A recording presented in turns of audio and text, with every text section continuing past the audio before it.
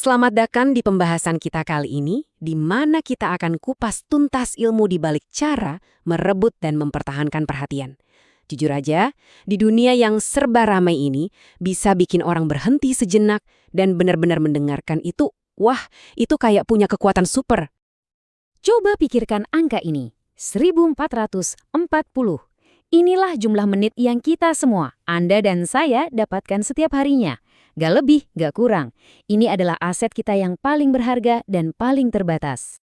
Nah, di sinilah letak masalahnya. Waktu kita sama, tapi informasi dan gangguan yang masuk itu bejibun. Akibatnya, perhatian kita jadi terpecah-pecah. Ini menjadikan perhatian sebagai mata uang baru di zaman modern. Siapapun yang bisa mendapatkannya, dialah pemenangnya. Untuk memahaminya, yuk kita pakai sebuah metafora yang keren. Api unggun perhatian. Karena membangun perhatian itu bukan cuma satu tindakan, tapi sebuah proses. Prosesnya ada 3 tahap. Gampang kok. Pertama, kita harus sulut percikan apinya.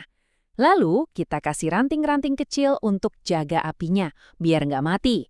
Terakhir, kita lempar kayu-kayu gelodongan biar apinya makin besar dan bisa kita pertahankan dalam waktu lama. Nah, ini kerangka kerja kita. Oke, kita mulai dari tahap pertama ya, percikan api. Ini semua tentang cara menciptakan reaksi yang instan yang bahkan seringkali nggak kita sadari. Tujuannya adalah memicu respons otomatis di otak kita. Di tahun 2014, para ahli komputer nemuin sebuah bug yang super bahaya. Nah, nama resminya kayak gini nih, sebaris kode teknis yang rumit, susah diucapin, dan gampang banget dilupain. Jelas nggak ada yang bakal pedulikan.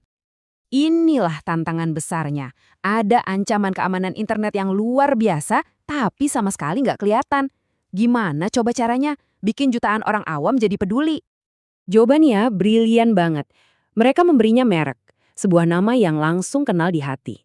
Heartbleed atau pendarahan jantung. Plus sebuah logo, hati merah yang meneteskan darah. Seketika, ancaman yang tadinya abstrak itu terasa nyata, personal, dan berbahaya. Nah, teknik inilah yang disebut pemicu otomatisasi. Heartbleed itu contoh sempurna.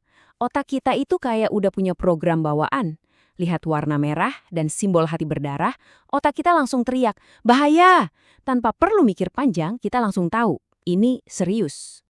Tapi percikan api aja kan nggak cukup ya. Api kecil gampang mati. Sekarang, kita perlu nambahin ranting dan kayu bakar biar apinya jadi lebih stabil. Inilah tahap perhatian jangka pendek. Coba deh bayangin Black Friday.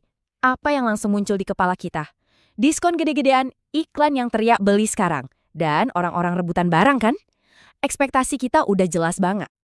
Tapi Patagonia malah melakukan hal yang sebaliknya. Di tengah lautan ajakan konsumsi, mereka pasang iklan 1 halaman penuh yang pesannya benar-benar nabrak ekspektasi semua orang. Mereka bilang, jangan beli.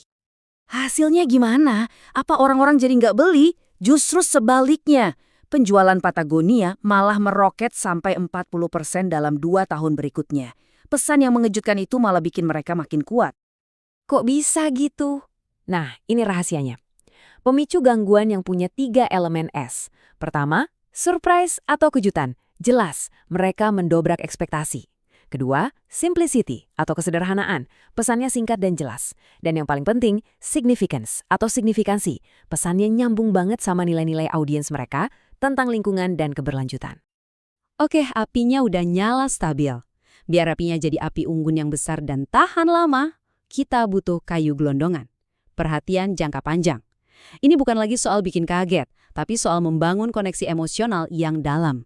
Coba kita lihat kisah Miles Scott, yang mungkin lebih kita kenal sebagai Bad Kid. Gimana ceritanya satu anak kecil bisa jadi pusat perhatian seluruh dunia? Ceritanya dimulai dari sebuah perjuangan yang berat. Miles, di usianya yang masih sangat kecil, harus berjuang melawan kanker. Ini langsung memberikan konteks emosional yang kuat banget. Di tengah semua itu, keinginannya begitu murni. Dia nggak minta mainan atau liburan, dia cuma mau jadi pahlawan super. Dan dunia pun merespons. Apa yang awalnya cuma acara kecil, jadi sebuah gerakan massal. Ribuan orang asing turun ke jalan. Dan ratusan ribu lainnya membicarakannya di media sosial. Satu kota berubah jadi Gotham City cuma untuk 1 hari. Kisah Bad Kid ini memakai pemicu pengakuan. Gini deh, statistik tentang ribuan anak penderita kanker mungkin bikin kita sedih. Tapi cerita tentang satu anak yang jelas wujudnya, si Miles, itu menciptakan koneksi empati yang luar biasa. Kita nggak lagi melihat angka, kita melihat seorang anak dan perjuangannya. Jadi, setelah kita lihat 3 tahap ini, apa sih pelajaran utamanya? Intinya, perhatian itu bukan sesuatu yang datang tiba-tiba. Perhatian itu adalah sesuatu yang kita bangun secara strategis. Ingat lagi kerangka 3 tahap ini. Sulut perhatian instan dengan sesuatu yang sensorik atau mengejutkan, jaga apinya dengan pesan yang mendobrak ekspektasi, dan pertahankan api itu dengan membangun koneksi emosional yang mendalam. Setiap hari, kita semua punya kesempatan yang sama untuk membuat dampak. Pertanyaannya sekarang adalah, dengan bekal prinsip-prinsip ini, pesan atau ide penting apa yang akan Anda perjuangkan untuk mendapatkan perhatian yang layak diterimanya?